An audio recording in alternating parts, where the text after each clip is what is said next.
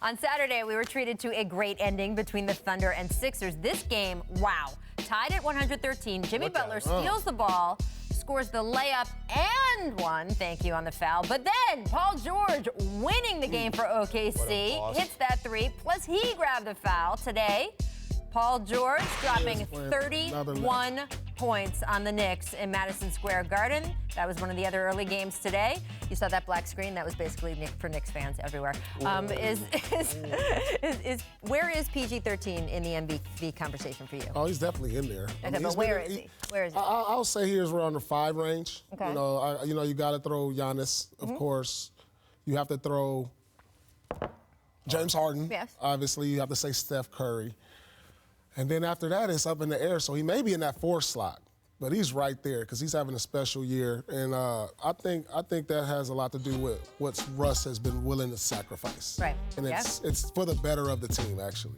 Yeah, I like the phrase "in the conversation." I like that that's become a thing. Everyone gets to be in the conversation. No, not everyone. But that's my point. Not everyone gets to be in the conversation. When you fill out an MVP ballot, you got to put 5 names, and even if you don't win, right, it's a real mark of elite status that you're in that conversation. And Paul's right; he's in the conversation for 3, 4, 5, 6, 7. It's Giannis, Harden, and everyone else, but he's in that conversation, and that's how good he's been. He's been phenomenal. How do we weigh someone who's playing so well defensively also? Because one of my problems with the way the MVP is right now is it's turned into such a stats competition. It always seems to me to be about season of the year.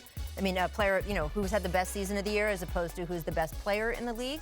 And you have a guy like PG, who is definitely, I think he's a leader for Defensive Player of the Year on most people's, continuing ballots.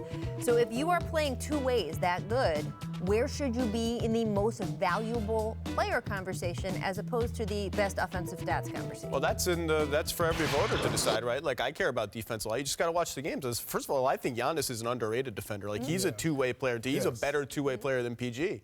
Harden is like doing. You think Giannis is a better 2-way player than PG? Yeah. But Harden is doing what he's doing on offense is absolutely so insane that even if he's doing nothing on defense, he's still bringing about that much value. So you just gotta, do your best to suss it all out. As a player, where do you come down on that? It's tough because defense doesn't really get the credit. Like, think about who has won MVP that they're like, okay, they're probably one of the best defenders too. I mean, Michael Jordan. I mean, we're talking like, it's always based on offensive stats and based on your wins and your position of your team. So. Yeah. No, and I'm not saying that Paul George should be higher than where you guys have him in that 3, 4, 5 range. I'm just saying it's hard to figure out where to put him. We forgot Kawhi, too. Right, exactly, who finished second. So there you go. I want to stay with this game, though, because late in the 4th quarter, Joel Embiid coming down hard on Russ, who was driving to the bucket. Westbrook stayed down for a moment, then popped up, and it's Russ. He went right after Embiid. And after the game, and after the game, both players pulling no punches. Listen here. I don't know why he was mad. I have no idea, but he's always in his feelings, so I have no idea.